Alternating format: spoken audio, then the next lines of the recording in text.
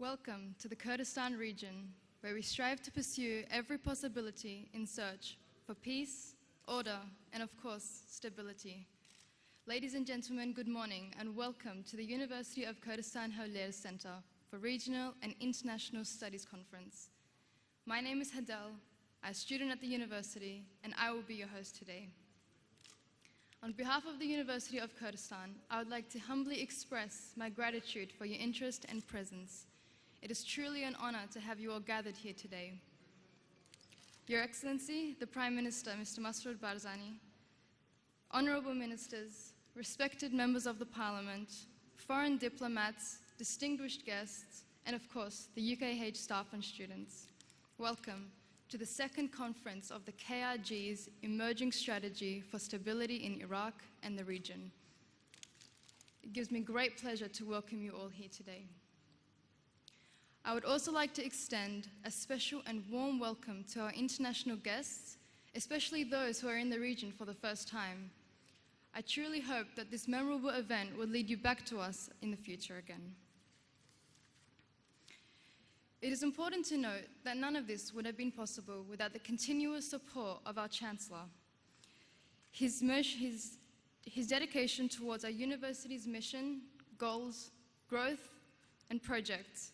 We sincerely thank him for all his contributions. Now, I would like to call upon Dr. the Chair of the UKH Governing Board, Professor Dr. Sherzad Al-Nadzar, to deliver his opening remarks.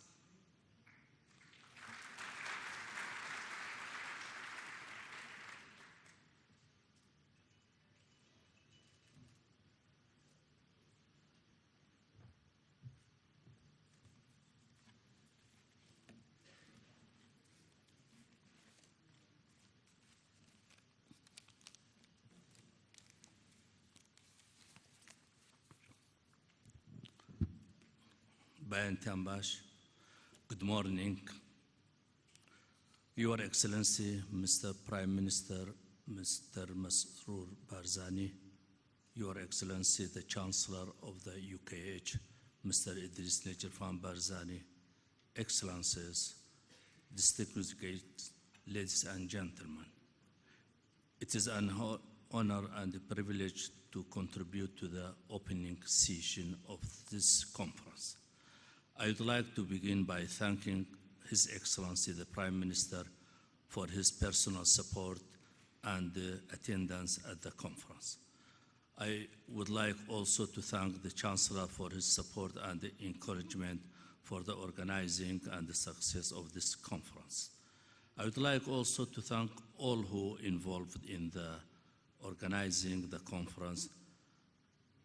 The importance of the conference is reflected in fact that it is discussing a very sensitive and important issues, which is stability in Iraq and the region, and the extent to which the strategy of the KRG government contributes to deepening this stability.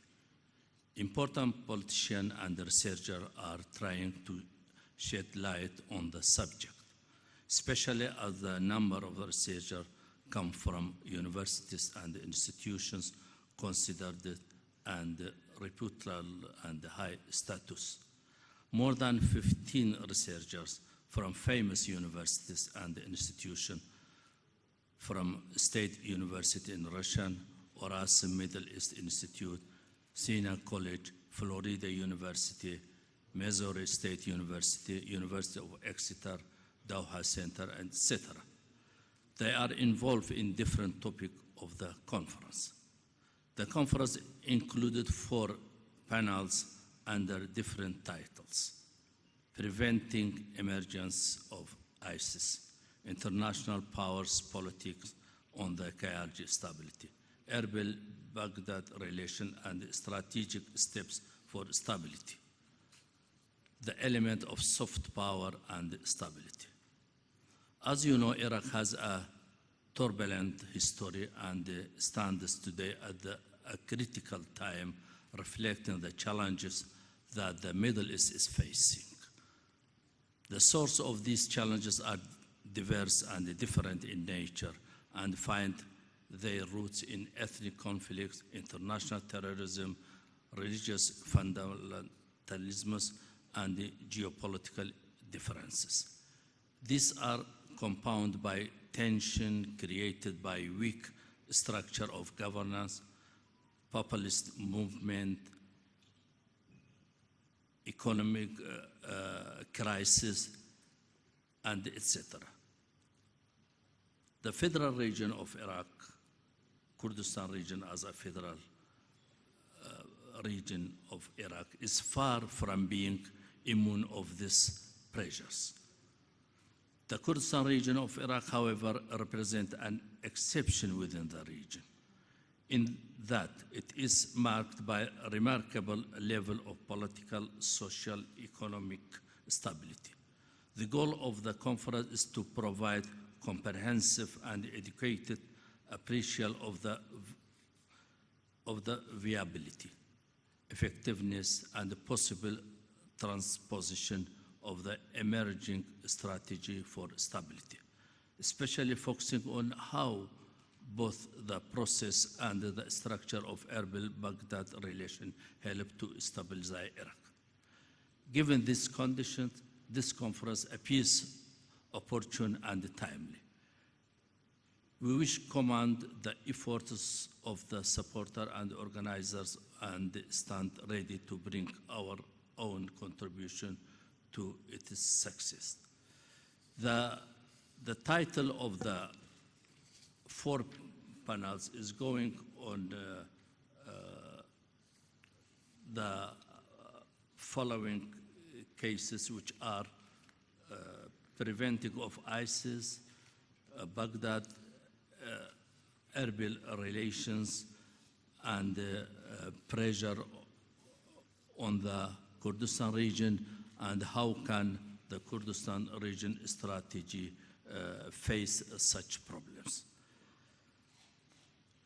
We wish that we will enjoy 2 days of the discussion, and we can come to a very good results and recommendation to how we can handle with such problems. Thank you for your attention, and now I have honor to invite His Excellency the Prime Minister, Mr. Masroor Barzani, to deliver his speech. Thank you.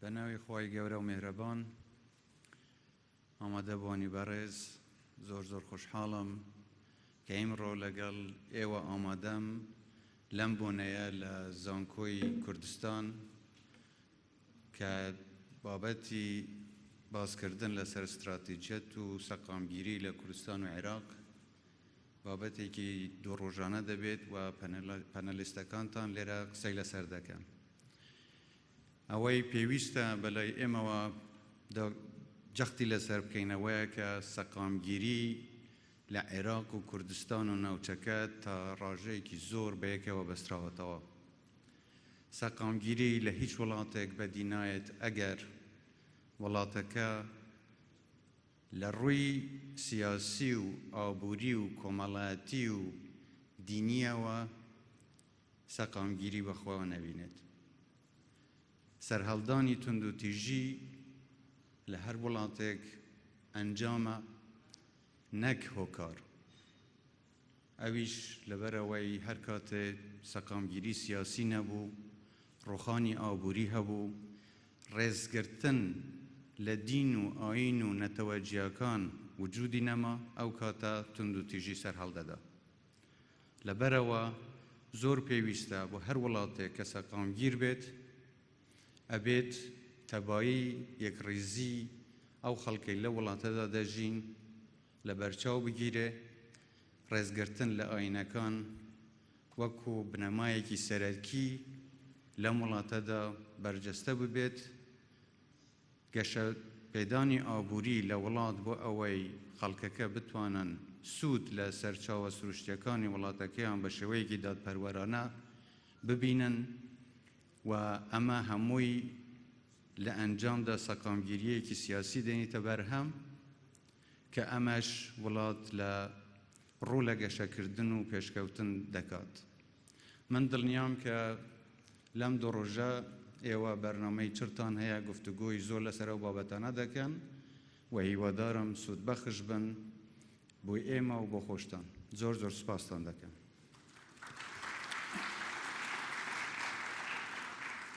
Good morning. Thank you very much for being here today. And thank you to the University of Kurdistan for inviting me to speak. I've been asked to talk about Kurdistan Regional Government strategy for stability in Iraq and the region. There are, of course, many elements needed in order to ensure stability.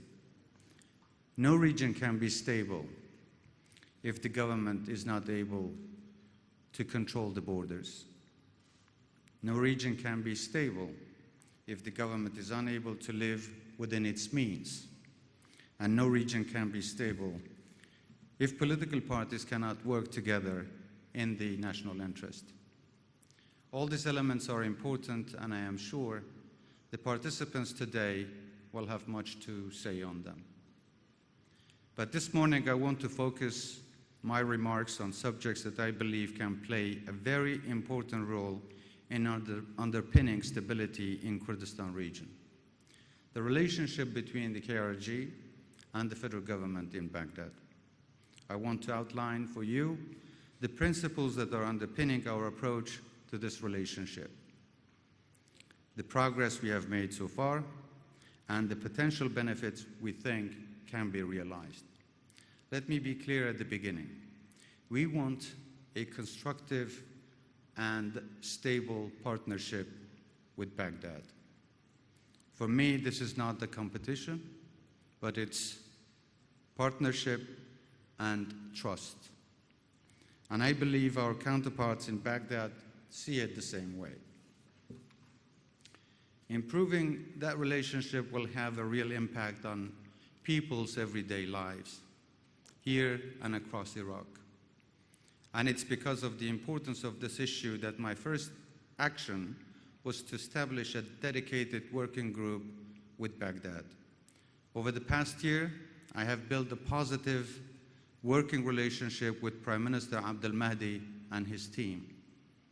We both want security and we both want prosperity.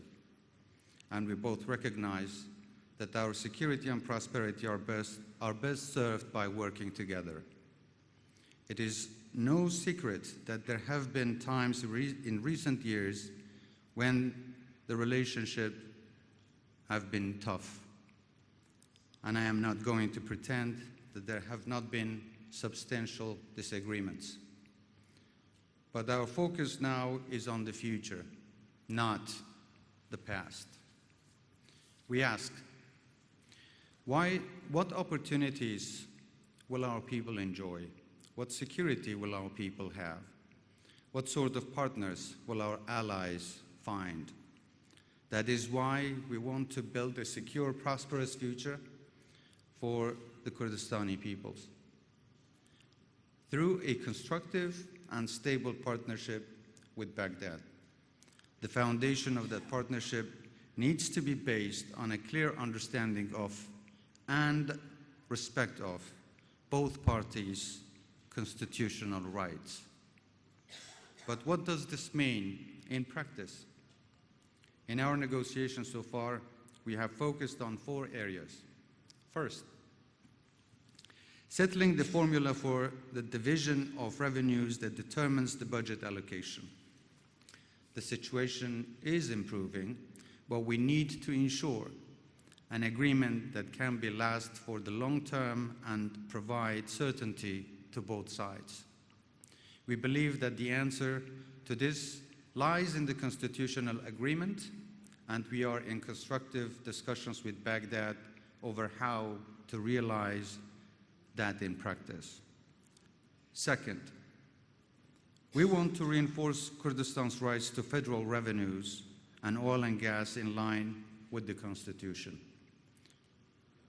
Third, we are working to resolve our territorial disputes.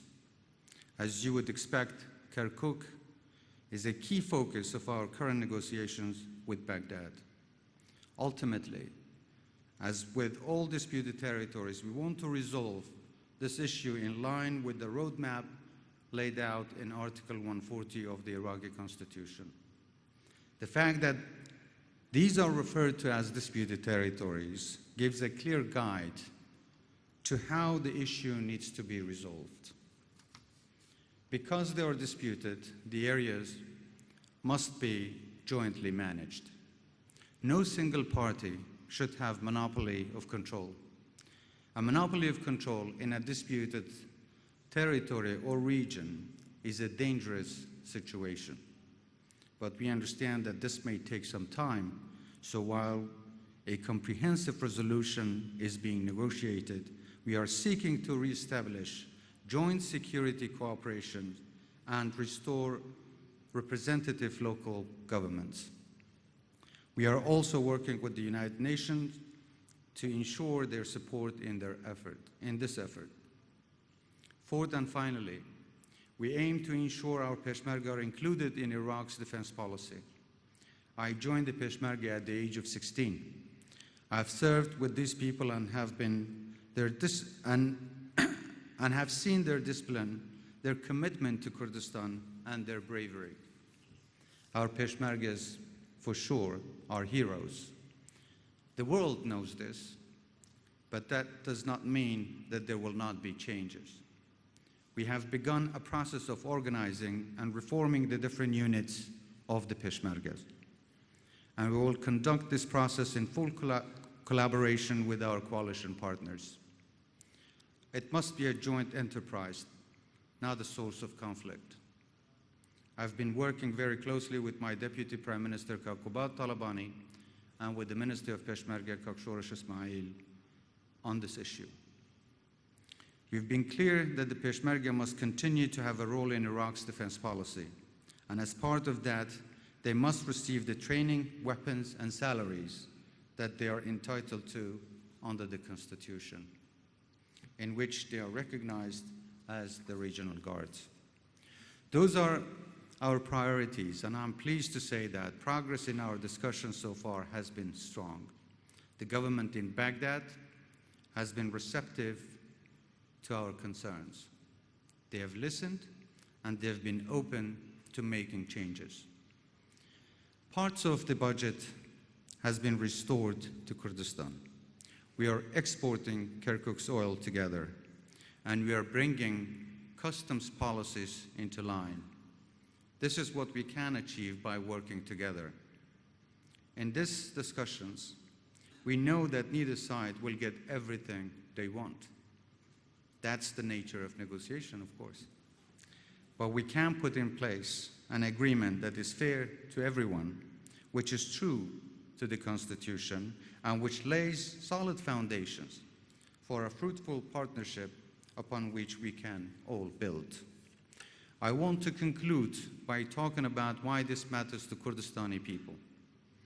As I said at the beginning, our focus is on the future, not the past. By securing a settlement on revenues, we can create opportunities for our people. We will have the funds we need to provide more services to our people. The security, and that security to know that we will be able to do so in the years to come. We will also have the funds to invest for the future, to help our economy to become more productive, grow faster, and give investors confidence in the long-term prospects of this region, to build the infrastructure that can unlock new opportunities, such as natural gas, something that could transform our economy and make Iraq truly energy independent. As I outlined in my inauguration speech, the 9th Cabinet is an ambitious one, and we are committed to our mission to building a strong Kurdistan. But we know it is not enough just to talk about ambition. You need to have a realistic plan for how you will deliver it. You need to be willing to negotiate in order to secure agreement with your partners. And you need to work every day to realize it, brick by brick, day by day. And our people deserve better than that. That is why we are putting in place a constructive and stable partnership with Baghdad that will enable these efforts. And if we can get those foundations right, then I believe the future of this region and this country will be very exciting. Thank you very much.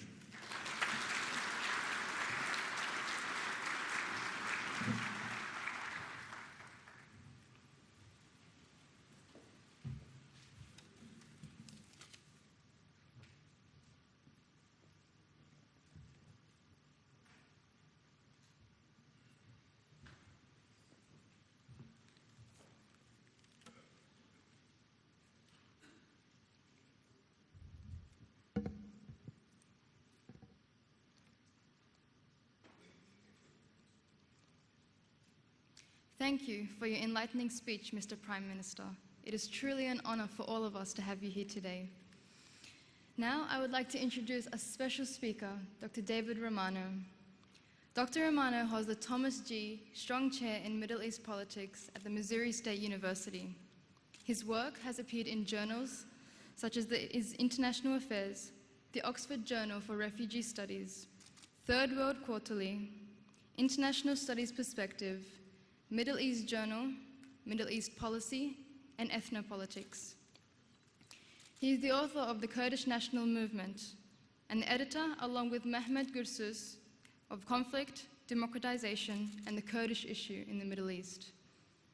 Furthermore, he writes a weekly political column for Rudao, an Iraqi Kurdish newspaper.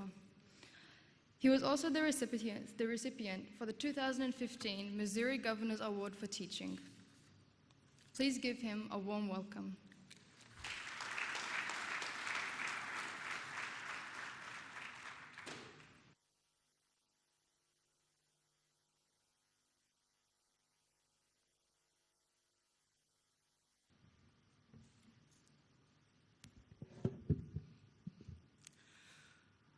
Thank you. I would like to start by expressing my deep felt gratitude to the Kurdistan region and the University of Kurdistan in Hawler for hosting this conference.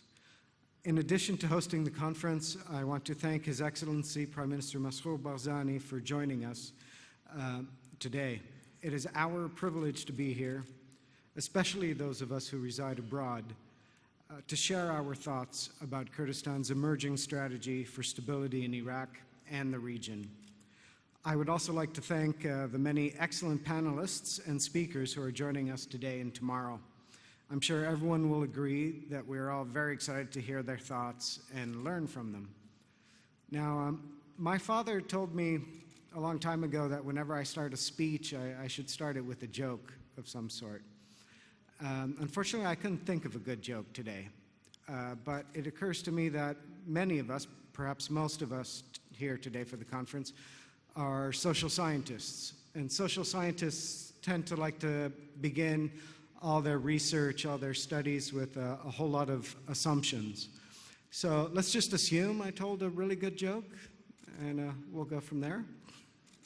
And that I didn't offend anyone in the process. Now that that's out of the way, let's get into it.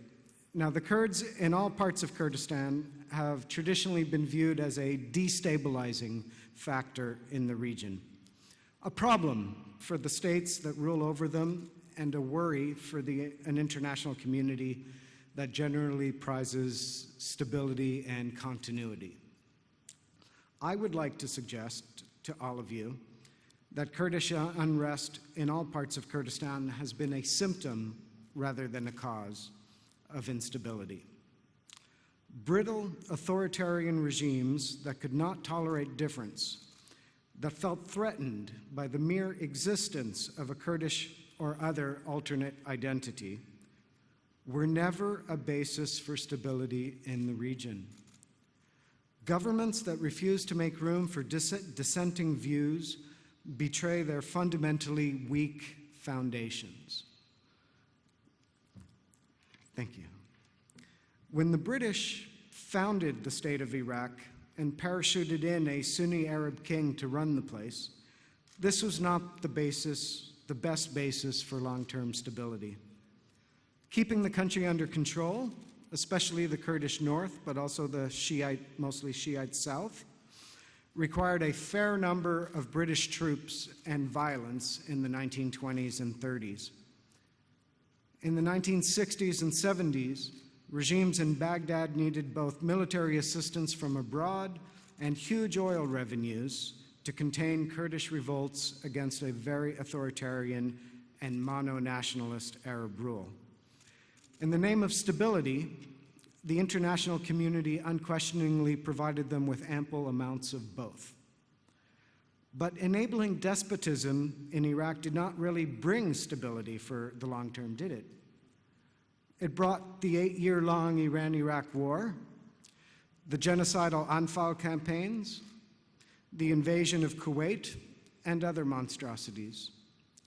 Finally, in 2003, the United States took it upon itself to rectify the situation, overthrowing Saddam Hussein's regime and helping to midwife a new federal and democratic constitution for the country. Although that war was very costly and not sold to the American people and the international community in the best manner, it was nonetheless a necessary one if the people of Iraq, including Kurdistan, were to have a chance at a better future. Now Iraq has become a young, if far from perfect, democracy, and political parties largely representing the Shiites of Iraq principally run the country. This is, frankly, the way things should be in a country that is roughly 60% Shiite.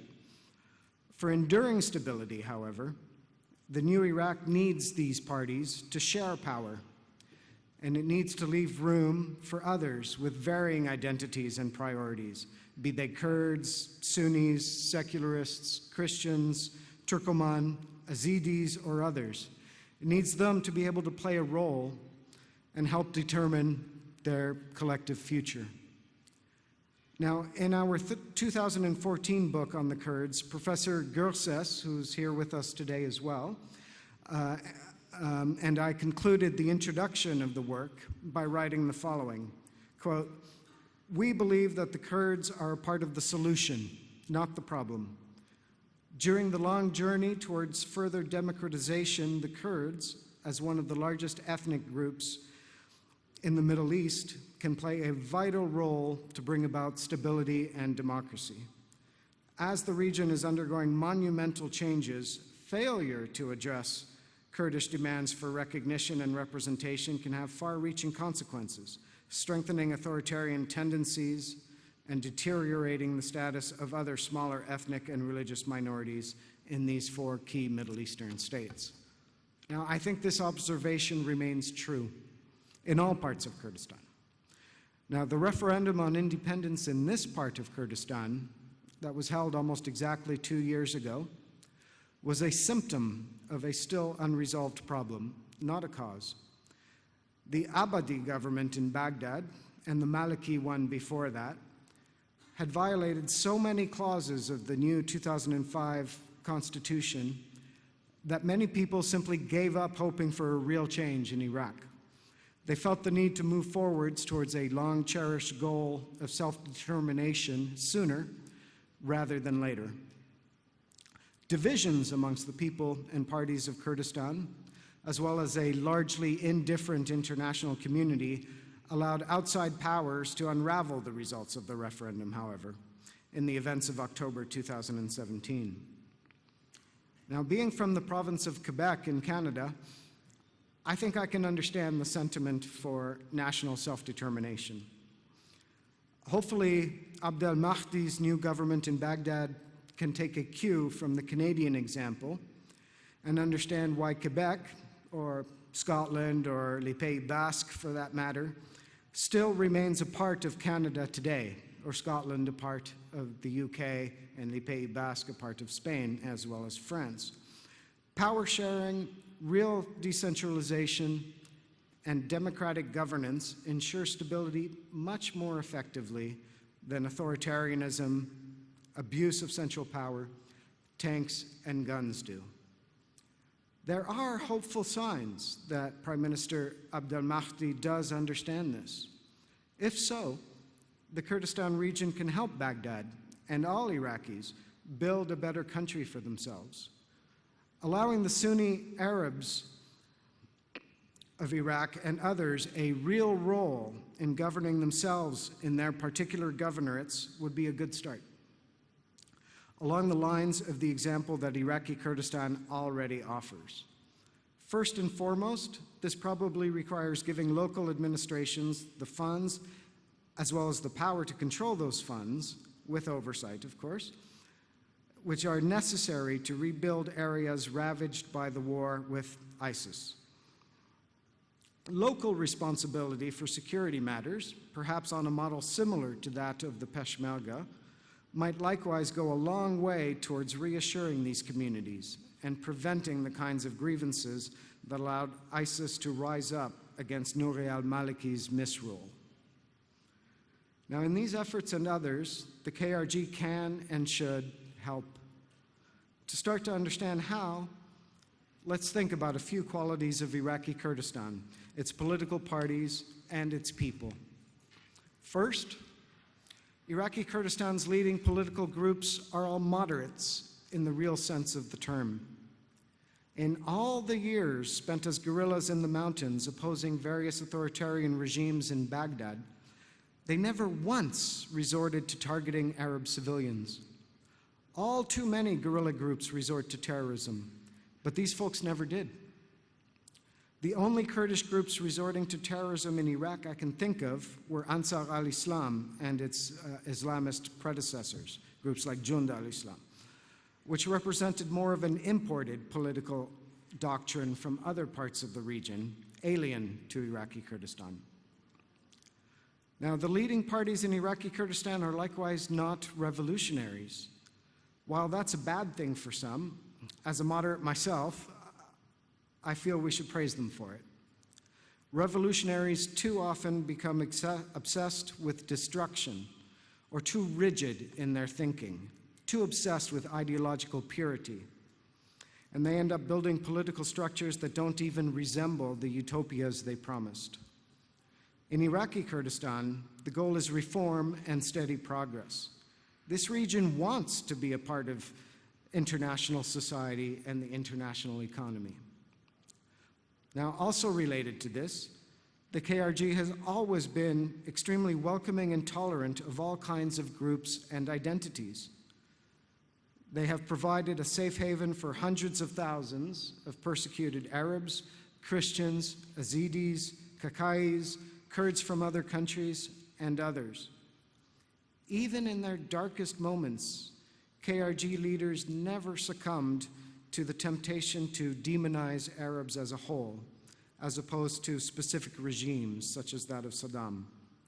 There's a lot to be said for this kind of liberalism in this region.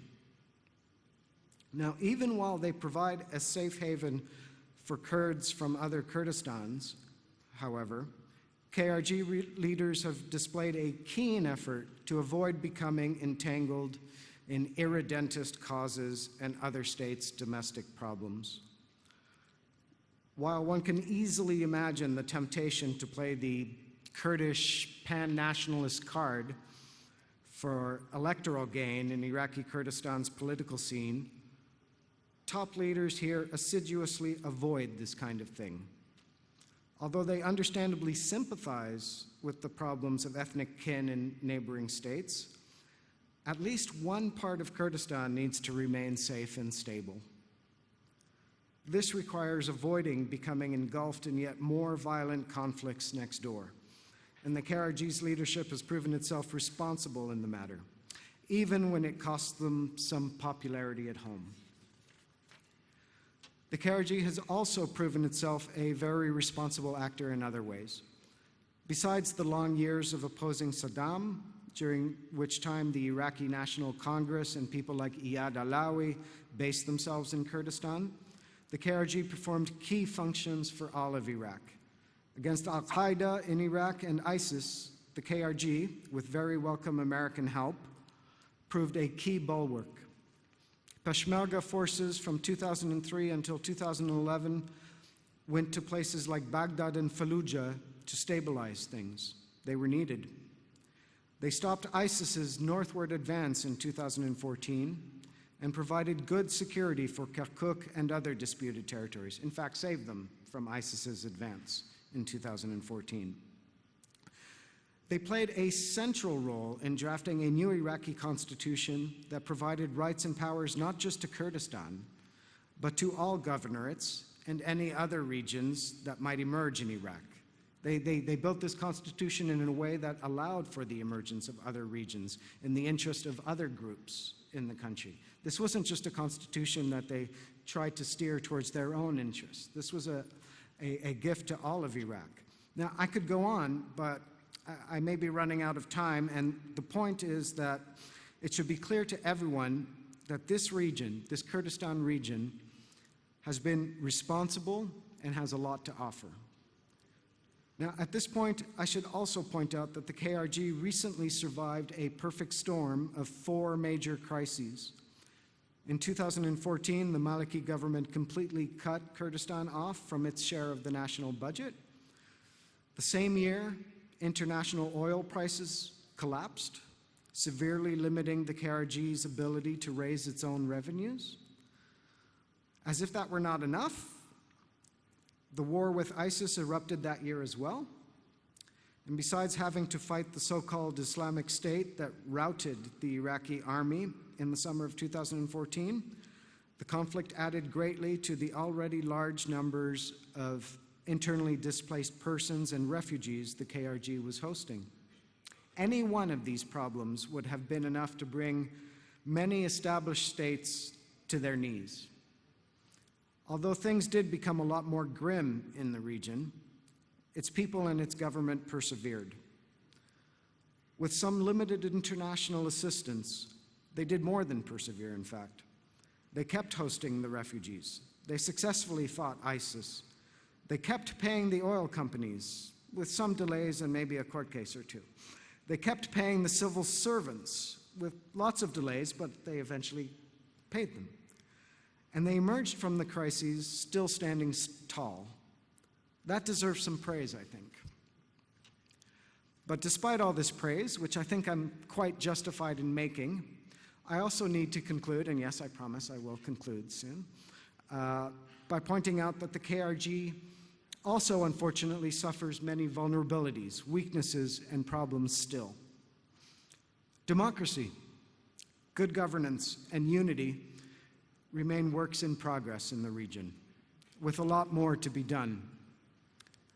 Fractious politics, divisions between parties, corruption, poverty, security threats, and environmental problems all need a lot more attention. The economy needs more diversification. The oil sector needs more transparency, along the lines of a brief period in 2015 and 2016, when the KRG's Ministry of Natural Resources opened all its books and accounts for scrutiny. The civil service still needs shrinking. The 2 administrations, and particularly the Peshmerga, still need unifying.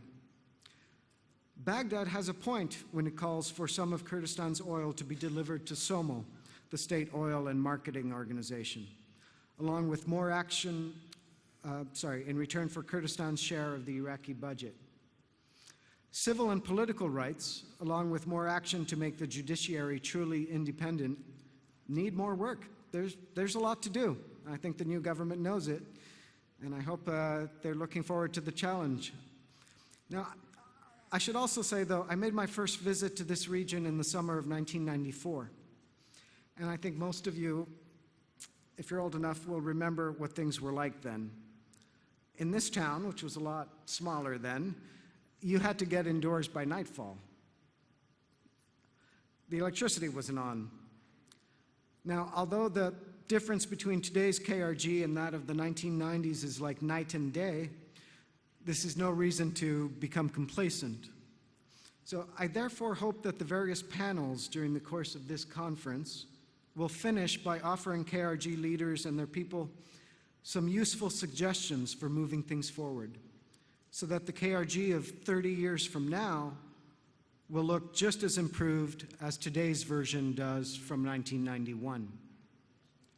The experts at this conference, many of whom are KRG leaders themselves, need to not just name the key problems and challenges facing Kurdistan, Iraq, and the region, but provide some insights about how to surmount them.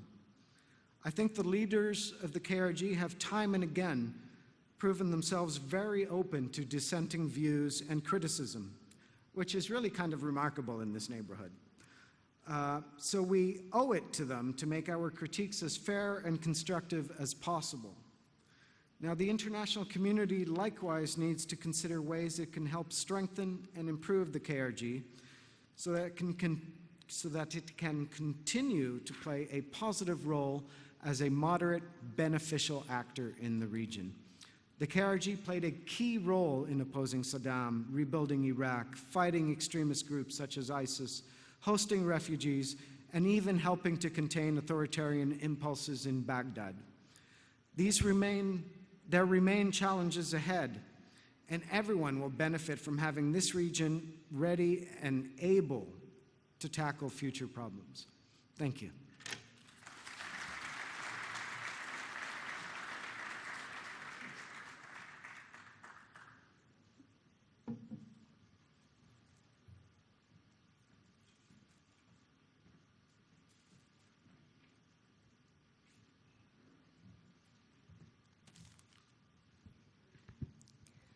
Thank you, Dr. David Romano, for your informative speech, and thank you for your patience this morning. We will now leave for a short coffee break, where our volunteers will gladly guide you.